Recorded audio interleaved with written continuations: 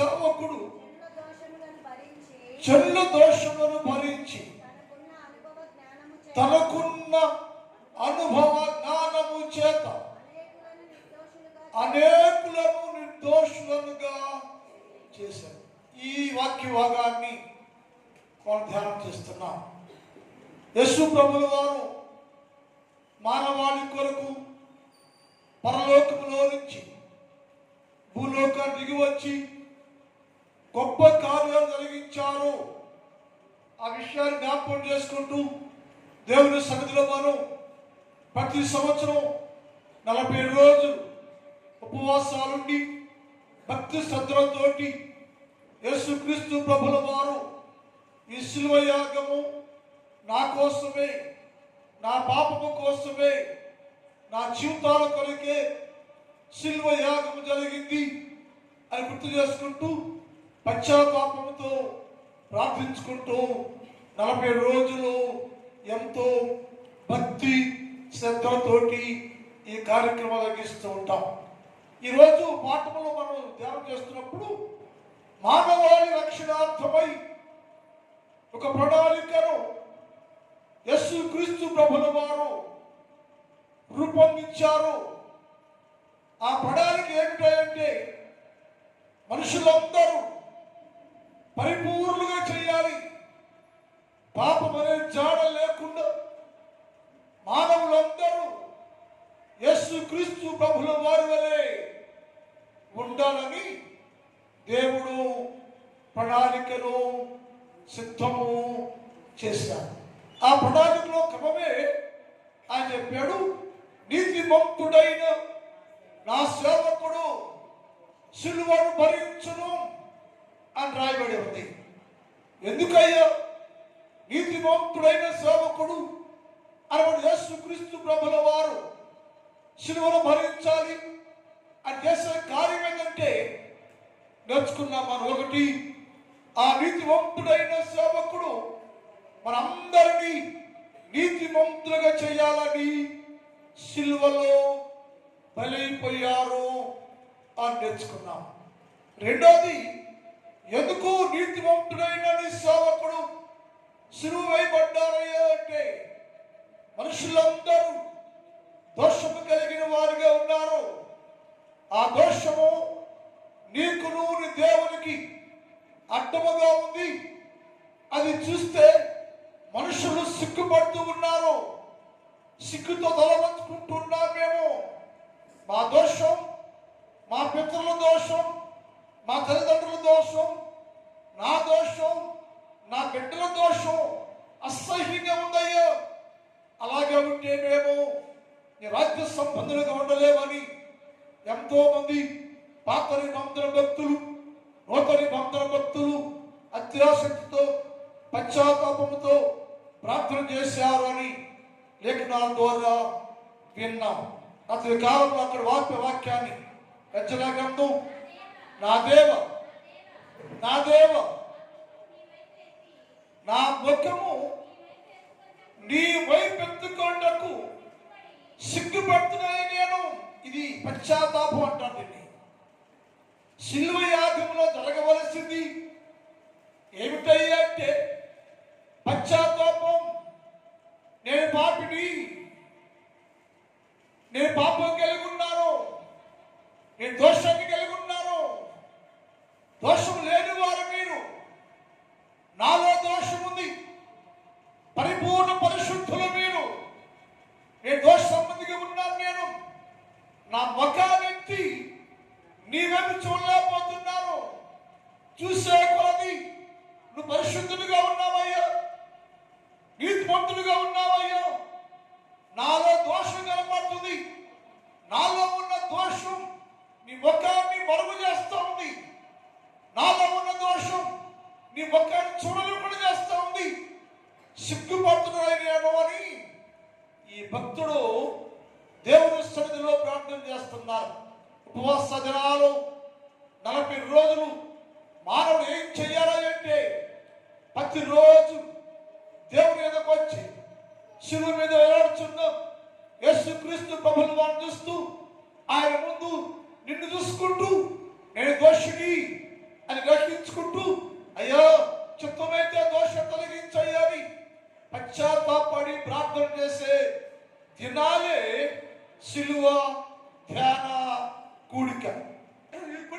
వచ్చి ఆ సిగ్గుపడుతున్నామయ్యో అని పశ్చాత్తాపడి ప్రార్థన చేయలేకపోతే ఎప్పటికీ ఎన్ని సంవత్సరాలు శిలువ ధ్యానం చేస్తున్నా నీ జీవితంలోకి పరిపూర్ణ పరిశుద్ధత రానే రాదు.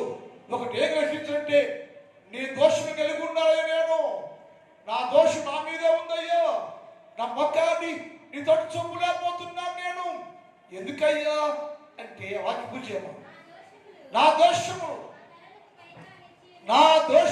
నా తలకు పైగా నిలిచి ఉన్నది నా అపరాధాలు. ఆకాశం అంటే నన్ను దాటిపోయి ఆకాశంలో నీ సింహాసనం ఉంటే నీ సింహాసనాన్ని తాగుతుందయ్యా నా దోషం. అందువల్ల నేను నా ముఖాన్ని చిప్పిపోతున్నానయ్యా. నా దోషం నన్ను కప్పేసింది, నా దోషం నా మీద ఉంది, తలకు పైన ఉంది, ఆకాశం ఎత్తుగా ఉంది. అందువల్ల నేను ఏ తల ఎత్తి ఆకాశం చూద్దామంటే మీకు కనపడ్డదయ్యా. ఆకాశంలో ఉన్న నా దోషమే ఆకాశం కంటే ఎత్తుగా ఉన్న నా దోషమే నాకు కనపడుతుంది.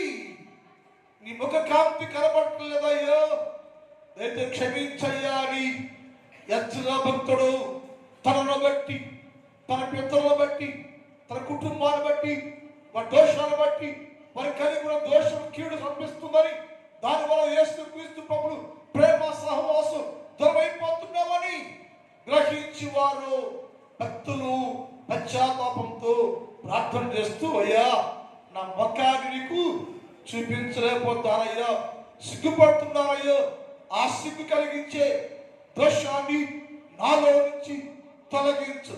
నీ ముఖాన్ని చూడలేక సిగ్గు కలిగించే దోషం ఏది నా మీద ఉందో ఆ దోషాన్ని తీసివేయో బాగు చేయో పరిపూర్ణ చేయాలని నా దేవుని సన్నిధిలో అంగలారుస్తూ ఉంటే, పశ్చాత్తాపడుతూ ఉంటే, ఆ పశ్చాత్తాప ప్రార్థన నా ప్రభువుల వారికి ఇష్టంగా ఉంటే ఆయన చెప్పాడు, నీతిమంతుడైన నా సేవకుడు నీ దోషాలు భరిస్తున్నాడయ్యా. యెజ్రా, నీతిమంతుడైన నా సేవకుడు నీ దోషంతో భరించి నీ దోషంతో తొలగించడానికి నేను నీతిమంతుడు అయిన నా సేవకుడు అనబడే యేసుక్రీస్తు ప్రభుల వారిని ఎంపిక చేశా, ఎన్నుకున్నా.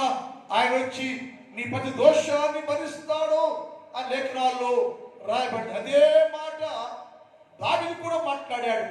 ఏమన్నాడంటే, దేవా నా దోషము నా మీదే ఉందయ్యా, బరువుగా ఉందయ్యా, భరించలేకపోతున్నానయ్యా, మొయ్యలేకపోతున్నానయ్యా, ఆ బరువుతోటి కృంగిపోయాను నేను, కోరబడిపోయాను నేను. అర్థమైంది ఎవరికి? దావీదుకి. ఎందుకు ఇలా అయిపోయాను నేను, ఎందుకు ఇలా అయిపోతున్నాను నేను, ఎందుకు కూలిపోయాను నేను, కుప్పకూలిన కారణం ఏంటి అయ్యా అని భక్తుడు దావీదుకి అర్థమైంది. అయ్యా నేను కూలిపోవటానికి, పడిపోవటానికి, ఓడిపోవటానికి కారణం ఏంటంటే నా దోషం అయ్యా, అది కుగదీసేస్తా ఉంది, భారంగా ఉంది, దాన్ని వేయలేకపోతున్నాను నేను, భరించలేకపోతున్నాను నేను. ఒక్కసారి జ్ఞాపకం చేసుకోవయ్యో, చూడవయ్యో, నా దోషాన్ని పరిహరించవయ్యో, మా దోషాన్ని ఆలోచి తొలగించుకొని ఆయన ఎక్కి ఏడుస్తూ ప్రార్థన చేయటం ప్రారంభించాడు, పశ్చాత్తాపడటం ప్రారంభించాడు.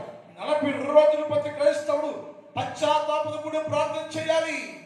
పశ్చాత్తాపడాలను నా మక్కువలో ఉందయ్యే దోషం, నా మీద ఉందయ్యే దోషం, దాన్ని మొయ్యలేకపోతున్నా, భరించలేకపోతున్నాను గ్రహిస్తూ ఏడ్చి రొమ్ము కొట్టుకుంటూ ప్రార్థన చేస్తూ పశ్చాత్తాపడితే దాని నివారణ నీకు లభించుద్దని లేఖనాల్లో ఉంది. వాటి గురించేమా, నా దోషము నా తల మీదుగా పొర్లిపోయి నేను మోయలేనంత బరువుగా ఉందయ్యా, అది నా మీద మోపబడి ఉంది. అందువల్ల నేను కృంగిపోయానయ్యా.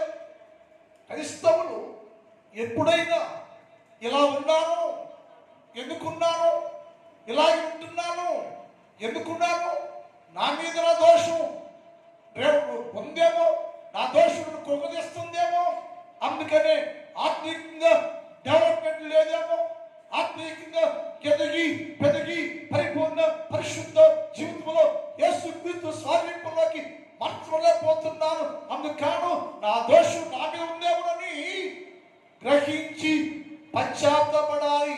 ఏమి లేదులే, అంత బాగుందిలే అనుకుని సమర్థించుకుంటా ఉంటే ఎప్పటికీ నువ్వు క్రీస్తు యేసు రాజ్య వారసును కానే కాలవు.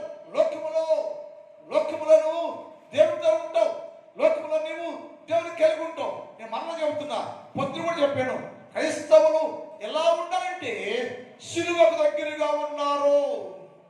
సిలువ వేయబడిన యేసుక్రీస్తుకి దూరంగా ఉన్నారు. వేషం ఉదయం తెచ్చుకున్నాం మనం.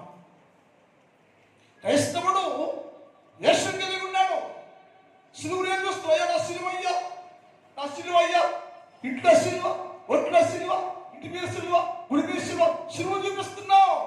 ఆ సిలువలో మరణించిన యేసుక్రీస్తు ప్రభువుకి దూరంగా ఉంటున్నావు. అంటే మనస్సు, తనువు, ఆత్మ, శరీర నింద రహితంగా ఉండి యేసుక్రీస్తు ప్రభువుని చూస్తూ జీవించలేకపోతున్నాం, ఆయన కలిగి జీవించలేకపోతున్నాం. అందువలన మానవుడు పరిపూర్ణుడు కాలేకపోతున్నాడు. భక్తుడు అన్నాడు, అయ్యా నా దోషం బరువుగా ఉందయ్యా, సహాయం చేయాలంటే వెంటనే ఎక్కి ఏడుస్తుంటే నా దేవుడు చెప్పాడు, నేనే దావీదు, ఎజ్రా, నెహెమ్యా ఎక్కి ఆడవద్దు, సిగ్గుపడవద్దు, అందరూ సిగ్గు తీసేసే దేవుడు నేనే ఇష్టానుసారంగా ఎత్తుకోముందే నీ దోషం ఉందే, ఏ దోషం కలిగి కృంగి కృషించిపోతున్నావో ఆ దోషాన్ని నీ మీద నుంచి దొర్లింపజేస్తా, దాని మీద నుంచి దొర్లింపజేస్తా. ఎలా చేస్తావయ్యా అంటే ఆయన చెప్పాడు, నా కుమారుడు అనగా నీతిమంతుడైన నా సేవకుడిని పరలోకంలో నుంచి భూలోకానికి పంపిస్తున్నాను. ఆయనకు నేను ఒక శరీరాన్ని అమర్చాను. ఆ శరీరాన్ని కలిగి నరుడిగా మానవుడిగా శరీరధారిగా నీలోకి వచ్చి నీ భారమంతా, నీ దోషమంతా ఆయన భరించి నీ దోష శిక్ష ఆయన భరించి నా సేవకుడు నీకు విడుదల కలిగేస్తాడయ్యా. దావీదు ఏడవద్దని నేనే అమర్చుదాం. యెషయా గ్రంథం 43:25, యెషయా 43:25. నేనే నా చిత్త గమనించాలి. నేనే ఎవరు చెప్పాడు ఈ మాట? నేను దోషినయ్యో, నా మీద దోషం ఉందయ్యో, నేను పాపినయ్యో, నాలో పాపం ఉందయ్యని నా దోషం నన్ను ప్రతి ఎదరీకులు చేస్తుందయ్యో, నా దోషం నీకు నాకు అడ్డంగా ఉందయ్యని పశ్చాత్తాపంతో కన్నీరు కారుస్తూ ఉన్న ప్రతి వ్యక్తితో ఎస్ అన్నాడు, నేనే నా చిత్తానుసారంగా నా ఇష్టానుసారంగా నీ దోషమంతో కడిగి వేస్తాను, నేను తీసేస్తాను నేను. అదే కాదు, ధైర్యంగా ఉండు నువ్వు, ఎందుకంటే నా సేవకుడు అనబడే నా కుమారుడు అనబడే యేసుక్రీస్తు ప్రభుల వారు నీ దోషమంతా భరిస్తాడయ్యా. నేనే నా చిత్తానుసారంగా నీ యొక్క అతిక్రమాన్ని, దోషాన్ని కొట్టేస్తున్నా, తీసేస్తున్నా. నేను ధైర్యంగా ఉండని పశ్చాత్తాపంతో ప్రార్థన చేస్తున్న వారికి నా యేసయ్య ఇచ్చే ధైర్యం, నా దేవుడే ఇచ్చే ధైర్యం. పశ్చాత్తపడుతున్న వారిలాగా శిలువ యాగానికి వచ్చి శిలువ దూరం ఉండి శిలువ ధ్యానాల్లో ఉండి, అయ్యా నేను దోషిని, నేను పాపినయ్యా, నా పాపను తెలుసయ్యా, నా పాపన కళ్ళ ముందే ఉందయ్యా, నా పాపం నీ వక్కాంతిలో కనపడుతుందయ్యా, నా దోషం నా మీదే ఉందయ్యా అని గ్రహించి ఏడిస్తే నా దేవుడు నీలో ఉన్న దోష క్రియంతటి తన కుమారుడు అనబడే యేసు క్రీస్తు ప్రభుల వారు భరించి నీ జీవితానికి గొప్ప ఆశీర్వాదం. యేసయ్య అన్నాడు, తండ్రి దేవుడు చెప్పాడు, నేను నీ దోషమంతా తీసివేస్తా అని మరి వాగ్దానం చేశాడు. ఆ వాగ్దానం నెరవేరాలి. మరి ఆయన వాగ్దానం చేస్తుంటే మాట ఇచ్చి తప్పే దేవుడు కాదు కనుక ఆయన నీకు ఇచ్చిన మాట ఎవరికిచ్చాడంటే ఇశ్రాయేలుకి ఇచ్చాడు, దావీదుకి ఇచ్చాడు, ఎక్స్రాకి ఇచ్చాడు, నిహేమియాకి ఇచ్చాడు. పశ్చాత్తాపంతో ప్రార్థన చేసిన ప్రతి ఒక్కరికి నేనే అని చెప్పి అభినందించాడు. ఒక మాట కూడా బైబిల్లో ఇర్మియా గ్రంథం 33వ అధ్యాయం 8 చూద్దాం. ఇర్మియా 33:8. వారు నాకు విరోధంగా చేసిన వారి పాప దోషము ఏదంట, నాకు విరోధంగా పాపం చేశారు, దోషం చేశారు. ప్రజలందరూ ఇశ్రాయేలీయులు, లోక క్రైస్తవులు అనబడి వారు, దేవుని పిల్లలు అనబడి అందరూ కూడా నాకు విరోధముగా దోషము పాప దోషమును నిలవకుండా వారిని పవిత్రం చేస్తా. నీ మీద ఆ దోషము నిలవకుండా నేను నిన్ను పవిత్రం చేస్తాను. నేను ఆ దోషం మీద ఉన్నందువలన, ఆ దోషాన్ని కలిగి ఉన్నందువలన నా ముఖం చూడలేకపోతున్నావు, నా ముందు చూడలేకపోతున్నావు, నాతో కలిసి ఉండలేకపోతున్నావు, నా సన్నిధి రాలేకపోతున్నావు. నీకు నాకు మధ్య దోషం అడ్డంగా ఉంది. ఏ దోషం నీ మీద ఉందో దాన్ని నేను తీసివేస్తాను అని అభయమిచ్చాడు. దేవుడు మాట ఇచ్చాడు, వాగ్దానం చేశాడు. వాగ్దానం చేశాడు కాబట్టి ఖచ్చితంగా మనుషుల మీద ఉన్న దోషం, ప్రజల మీద ఉన్న దోషం, ఇశ్రాయేలులో ఉన్న దోషం సమస్తము సంపూర్ణంగా శిక్ష తొలగించాలి, దోషాన్ని తీసివేయాలి. ఎందుకంటే నీ ఇచ్చావు, మాట ఇచ్చావు, నేనే నిస్తానుసారంగా నీ మీద ఉన్న ప్రతి దోషాన్ని తీసివేస్తాను. చింతపడబాక, భయపడబాక, ధైర్యంగా ఉండు. నేను నిన్ను నీ దోషాన్ని తొలగించి నిన్ను పవిత్రంగా చేస్తా. ధైర్యంగా ఉండు అని దాని చెప్పేసి అందుకు ఆ మాట చెప్తే చాలా సంతోషించారు ఇశ్రాయేలీయులు. వారికి హెచ్చరించాడు. మరోసారి ఇర్మియా గ్రంథం 50వ అధ్యాయం 20 చదువుదాం. ఇర్మియా గ్రంథం 50వ అధ్యాయం 20 చదువుదాం.